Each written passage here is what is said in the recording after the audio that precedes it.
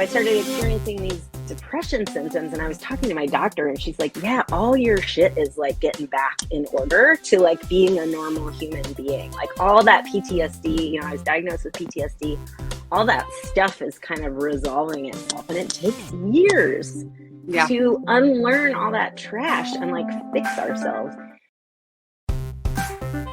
Hey there, my name's Ashley Church.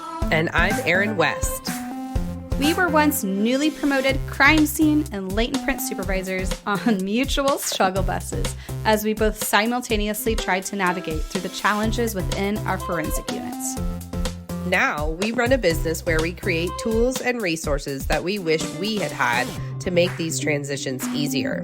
We like to talk about the experiences we've had in the forensic field, the good, the bad, and the ugly, in the hopes to create awareness around these issues and move the needle forward to create positive change in the forensic community.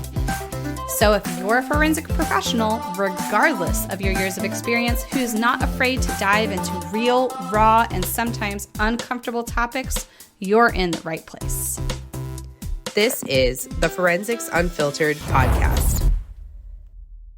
Before we start this episode, our guests would like to share a disclaimer that the opinions shared are their own and not representative of their current or past employment. Now sit back, relax, and enjoy. All right, guys, welcome back to Forensics Unfiltered. We're actually here in National Harbor, Maryland at the IAI conference. And today we'll be talking to Miss Kat Pope. I'm sure you've heard of her before, but for those that don't know you, Kat, can you introduce yourself?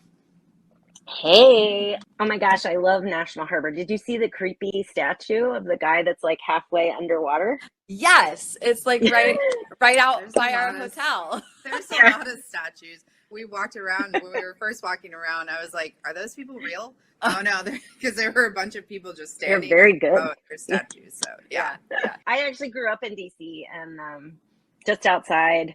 My parents were DC first responders. My dad was a firefighter, and my mom was an ER nurse, and they actually met at the hospital. He asked her for a pen, and so I was born in DC at the hospital that she worked at, and my sister was born there too. So I grew up in the DC area, and I just love it there so much. I love DC too. I worked up here for a long time, and I love this area. I would totally move back.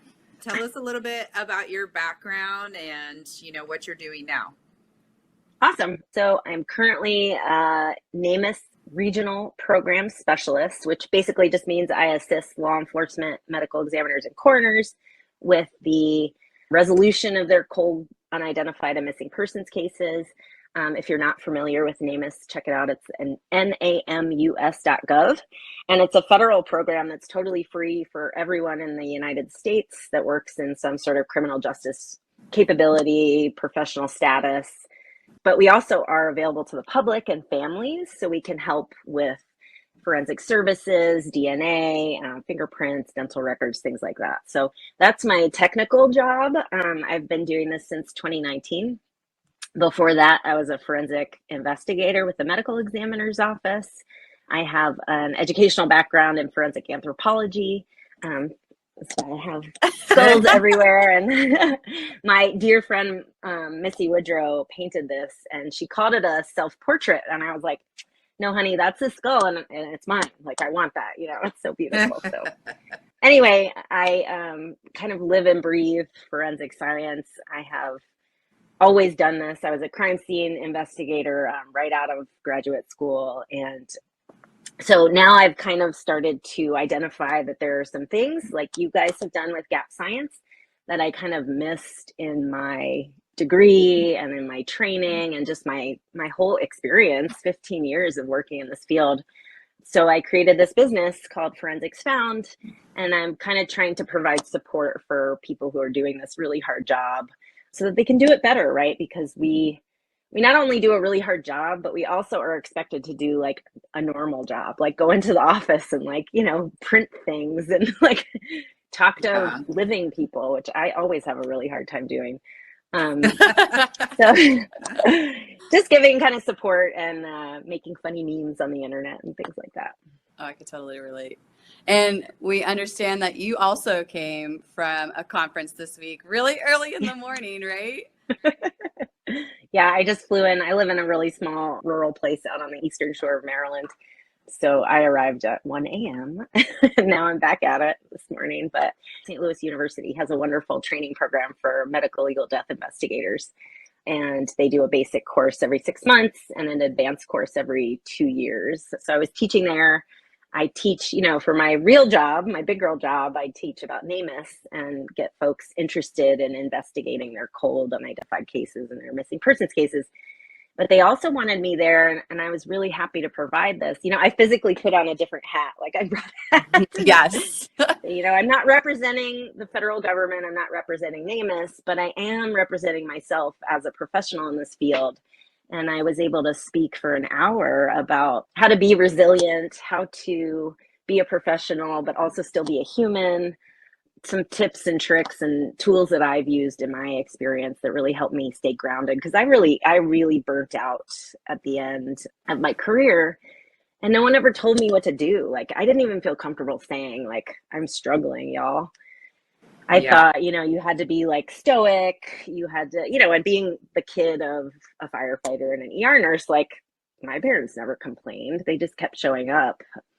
And so I thought you had to drink the whiskey, belly up, like stop your bitching, rub some dirt in it, muscle up and keep moving. So I think just talking to saying out loud that you sometimes have struggles, and that's okay. That's what makes you human. Like, that's why we got into this job, is to be with people who are struggling. So yeah, it was good. It went really well. And I got a hug from a couple of old timers, which was really cool. That is awesome. I think what you said is so true, that we definitely have that mentality of put your big girl pants on, rub some dirt in it, and, toughen up and keep going. But I'm really interested to know, because I do think that a lot of us recognize that there's a need for something like this in forensics. I think they are starting to focus a lot more on first responders, police officers, fire, even comm centers are getting a lot more support. Mm-hmm. But it hasn't quite trickled into forensics just yet, I feel like. But I'm interested to know what almost like the trigger was for you, that you were like, someone has to do something about this and I'm going to be the one. Like, I'm interested to know what the thing finally was where you were like, that's it, I'm doing it. That's so good. Yeah. So as I've gotten into this and started researching and trying to find what do we even know about last responder mental health? And we don't know a lot. There are some really great studies that we'll have to link after this podcast. Danya Slack, she's actually a coworker with me at RTI International.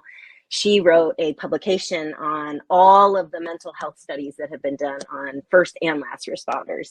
And there are very few on medical examiners, folks that look at child pornography, not for fun, I mean for work, but right. Just to be clear, trigger warning on that one.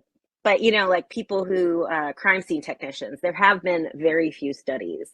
Most of the agencies who look at this topic in a broad spectrum are focusing on firefighters. There really haven't even been a lot on 911 operators, but you're right, that's a new kind of thing.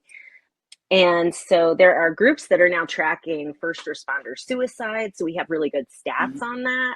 We have no idea what the suicide rate is in our community. We have no idea what kind of the outlook and job morality rates. There are people, I mean, I'm sure you guys know lots of folks too, get into this career and they're like, this is for me, I love it, it's so great. And then after 5 years, they're piecing out.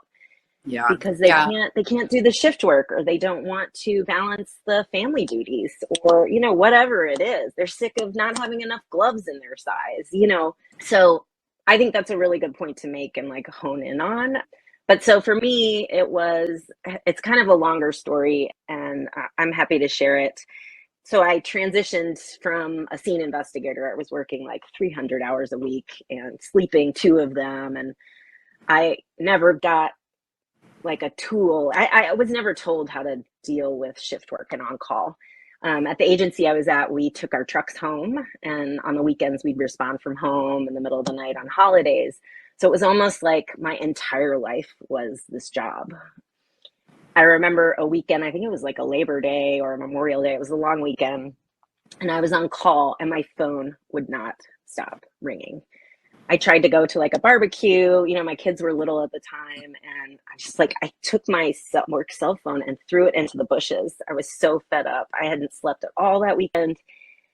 And looking back on that, a good employee or a manager, like someone that knew me, should have recognized that I was in a crisis at that time. I'm not going to damage state material or like state property just for funsies. I was stressed out. And so it was right around kind of that time that this position with NamUs opened up, and I got it.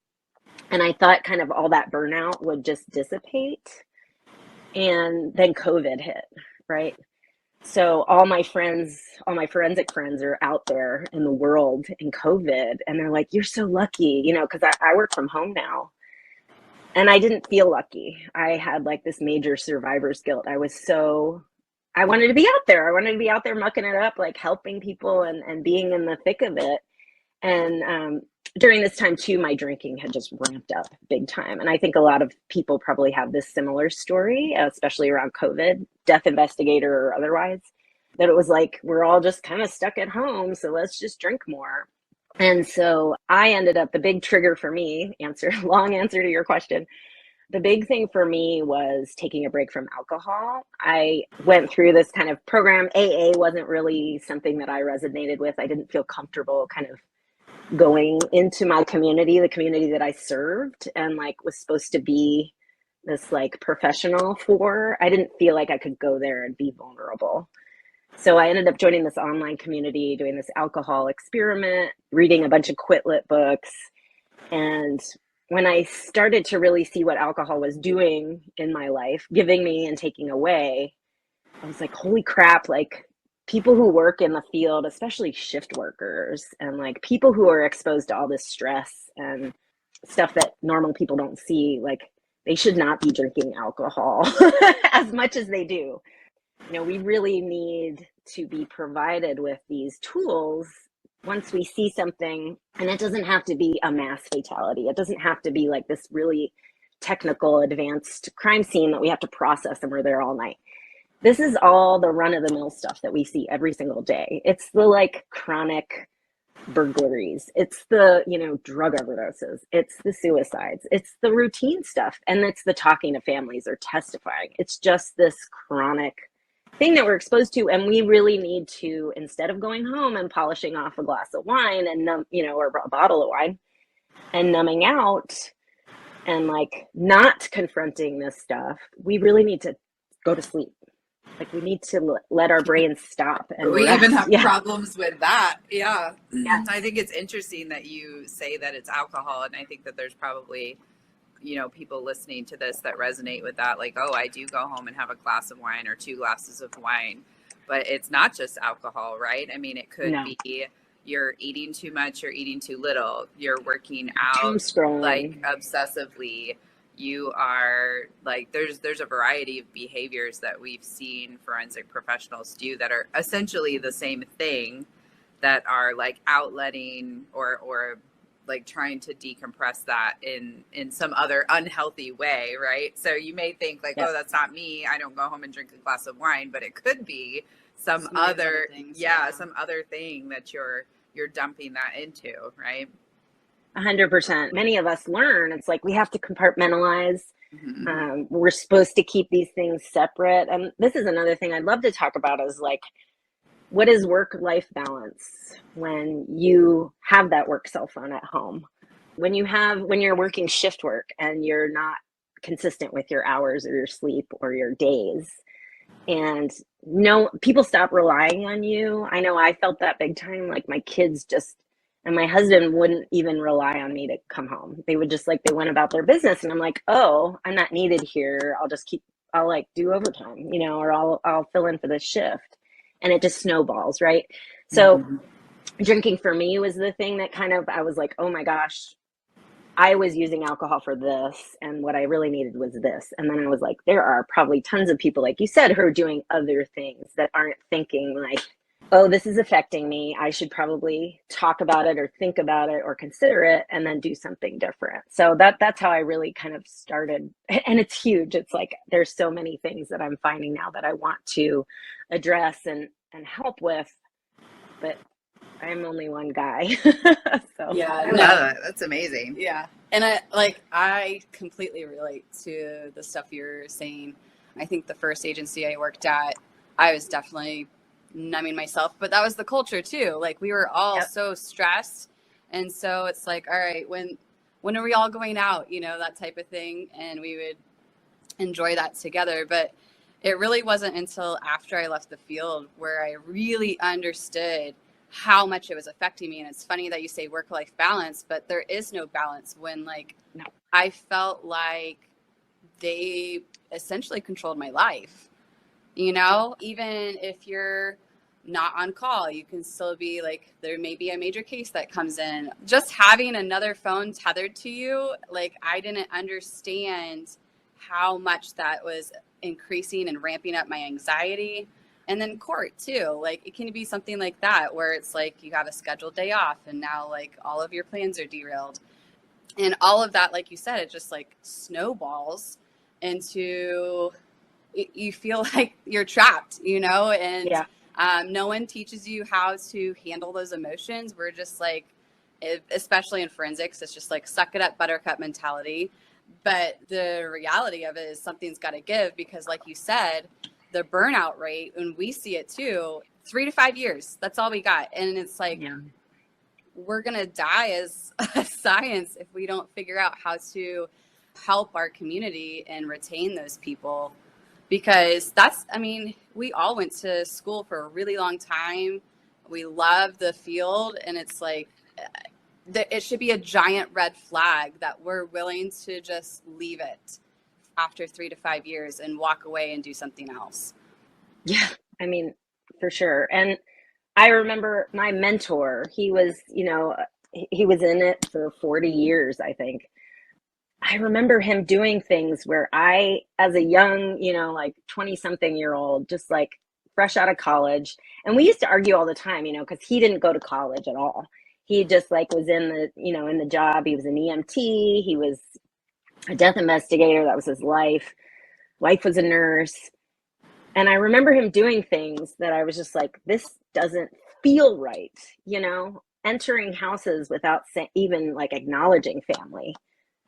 He just had this huge barrier, and he would always give me crap like, oh, you're educated. I didn't need to go to college. I got a PhD in hard knocks, and he'd say all this stuff, but he taught me a lot about the science, and I love him. He's deceased now. And I thought of him as a father figure, but at some point it's like, how do we also balance this need for, to be a scientist, not to have any expectation at all when you go onto a scene, and to be a clean slate and ask specific questions, but still be a human and be able to not necessarily be vulnerable with your families, because we do have to have that wall up, but also you still need to generate trust with these people that you're talking to.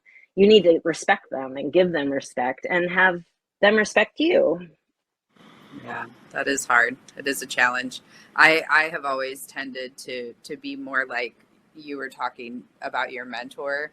Like when I go to scenes, I do have a preference of, I just don't want to, communicate with the individuals that are there or anything like that. That's the easiest way for me to kind of separate what's going on with that scene from all the emotions that those people are having in that moment.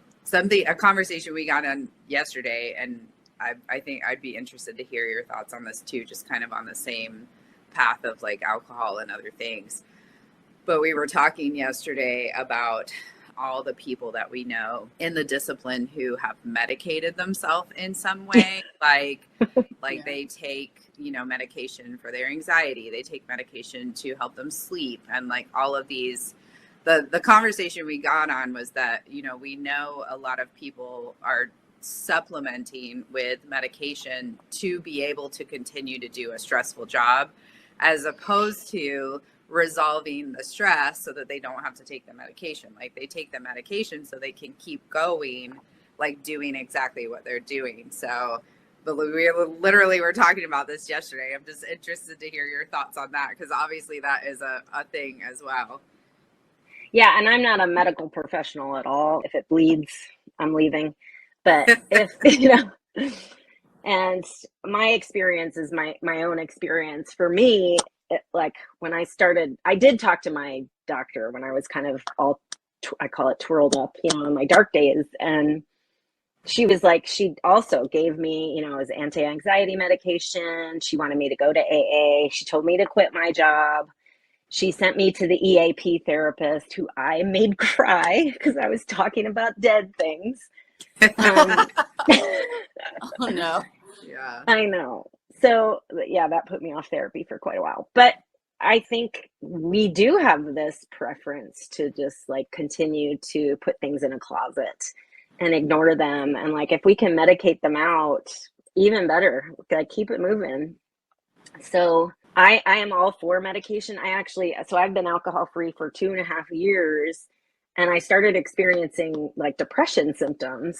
Mm-hmm. And my doctor's I have a whole new wonderful therapist, and she's like, all that dopamine, and this is a long conversation about like, the brain and neurology, and like when we just like artificially give ourselves a huge dump of dopamine through like, scrolling in the internet or shopping or working out or drinking alcohol, like when we're ignoring things and not building stuff up, like being romantic with our partner, which will eventually lead to sex, like that is something that's really beneficial for us and will give us that rush of dopamine. But when we've been working all day and we've like just handled a decomp, ain't nobody got time for that with their partners. It's gross.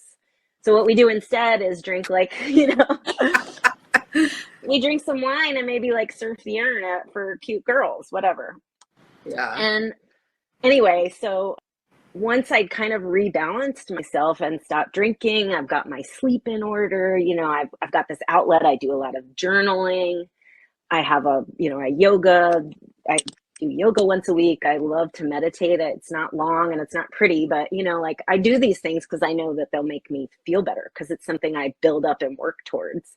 Anyway, so I started experiencing these depression symptoms, and I was talking to my doctor, and she's like, yeah, all your shit is like getting back in order to like being a normal human being. Like all that PTSD, I was diagnosed with PTSD, all that stuff is kind of resolving itself, and it takes years to unlearn all that trash and like fix ourselves.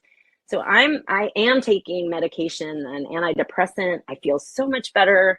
I'm not anti-medication. I just think that you also have to also do the work and like figure out, our bodies are meant to like run and function. And when we're putting ourselves in these crazy ass positions where we're like out all night or just constantly thinking about dead people and like crimes and stuff, like that's not natural. And so our brains are trying to like resolve that and come back to some homeostasis, and we just keep like pouring booze or like other stuff on it, and it's hard. So it's interesting the mechanisms that you described. It sounds like we're on like a similar journey, and I definitely also had like anti-anxiety meds, but I also that was like part of postpartum too. But it takes a lot of work, unpacking all the shit in therapy, doing the journaling. Meditation feels weird to me, but I still try it. I've learned to like yoga a lot, stuff like that. And like you said, it has taken years, and I still don't feel like I'm out of the fog yet. And the sad 100%. part is if we just equip the new people coming in with this stuff and have them do this stuff at the beginning, it won't take years. You know what I mean? Yep. Oh my God, this is like so huge, because this is what I want. Like I want these young people coming in, because I think they're going to start expecting it too. Because like feelings weren't a conversation when I was a kid. Ew, like feelings now. But like they are, like I'm raising my kids to talk about their feelings. And so anyway, I think that is like so huge, to just be able to let students know And that's probably a part of it, man. Like, I thought that this career was like so cool and like it's everything I wanted to do and like I was going to give my all to it and everything. And then like you show up at like a morgue with, you know, these autopsy techs and these like doctors and these admins and these other investigators, and they're all weirdos and I'm a weirdo, and they all have different educational backgrounds. They come from different cultures, and you're not like set up for that. You know, you were just, at least me in my experience, like I was just at a university, you know, I'm like, Yeah. the job doesn't look like I thought it would. And I thought like, you know, I'd be wearing, I didn't think this, but like some people think they're going to be wearing high heels and working in like sexy suits and like getting DNA evidence back in like 2 hours, you know? So it's like, we're really set up to fail. Sometimes it feels like, and like you said, it takes, you know, nobody ever freaking talked to me about like how to be a parent while also doing this job. Oh yeah. Ever. So I know you probably could talk about this for days, but for those that are listening or those that are getting into the field, where is a place they can start, or a few little tools that they could use to kind of start practicing that? We hate to use the word balance, but just mental preparedness. Yes. Yeah, being prepared. I hate balance too. I think it's unattainable, and it just like introduces struggle if you try to be balanced, and it's just not going to happen. So I think asking supervisors or asking your professors like how they do it is a great place to start. And I'm slowly like infiltrating all of my forensic anthropology friends' classes so that they're showing a recording about me talking about this stuff, like how to be resilient and how to plan and prepare. There is an amazing woman who was an EMT that has a course called Emergency Resilience, I believe. And it's like a whole, her name's Alexander Jabber, Jabr. She's got a course on how to give death notifications, which like I never learned how to do, and was a big source of like stress and struggle. Like I just screwed that guy's day up. I don't think I did a good job. I'm not prepared for this. I don't think there's really much right now. I think what you guys are doing with the summit, like just having a whole entire week dedicated to conversations like that you may experience, that you might want to experience and you don't have. Getting people who are coming into this field information, like you just have to ask for this stuff and people will start providing it. Well, you did mention the summit, so we might as well talk about that. So we're super excited to have you as part of the summit. Would you like to share what your presentation is going to be about? Obviously, I'm talking about resiliency and just kind of some tools that you can use as an employee and maybe a supervisor or manager to create a more friendly environment for your staff, and little tips and tricks and some stats and data about this. Like I said before, there's not a lot of information out there just yet. So kind of just having the conversation, saying that we have these issues and that we have these struggles and just admitting it and name it to claim it or whatever they say, you know, just saying it out loud is really important. So that's what I'm talking about next at the end of the month. Yes, I know. It's right around the corner. So for those of you that are listening, we hope that you join us for the 2023 Summit. You can see Miss Kat's presentation, but we also have 29 other speakers besides Kat that will be talking about all kinds of conflict resolution and communication topics with your staff, with your chain of command, with each other. So hopefully that will be a very helpful event for all of our leaders out there. And I gave you guys a big shout out at the conference I was just at, because there were a couple of people getting ready to run for coroner. And coroners are basically, you know, like they're the head honcho. So when you come from just being a run-of-the-mill death investigator to like being in charge, you definitely need this sort of thing. So that's amazing. Thanks so much. So tell our Forensics Unfiltered listeners out there where they can find more Kat Pope if they would like some more. Yeah, if you guys ever need anything, you can follow me on the Instagrams at Forensics Found. I do alcohol specific stuff, social medias on, it's called Responders Last Call. So if that's your bag, I have a website, I have a podcast, all Forensics Found stuff. I'm on LinkedIn. And if you want to join my newsletter, I talk a lot about this stuff, complete with lots of curse words and gross stories and forensic information. So you can sign up for that on my website. And if you guys are new in the field, if you're listening and you're interested in getting into forensic investigation and the medical examiner, please do not hesitate to reach out. Like, the Gap Science gals are amazing. There are so many mentors and people out there that are willing to have these conversations. Oh, thank you. And we'll make sure to include all of the stuff you mentioned too in the show notes. So if you're listening, you can head to the show notes and I'll include all the links there too. Awesome. Well, thanks so much for joining us, Kat. And thank you for joining us today, guys. And we'll see you at the next one. Bye. Bye. Thank you so much for being here and listening to Forensics Unfiltered. If you liked this episode, would you do us a favor and leave a review letting us know specifically what you liked about this topic? It will only take a minute, but it will really help us plan future episodes so we can bring you more topics that you want to listen to. We'll be sure to provide any links from today's episode in our show notes on our website. Head to www.gapscience.com. Until next time, stay safe out there.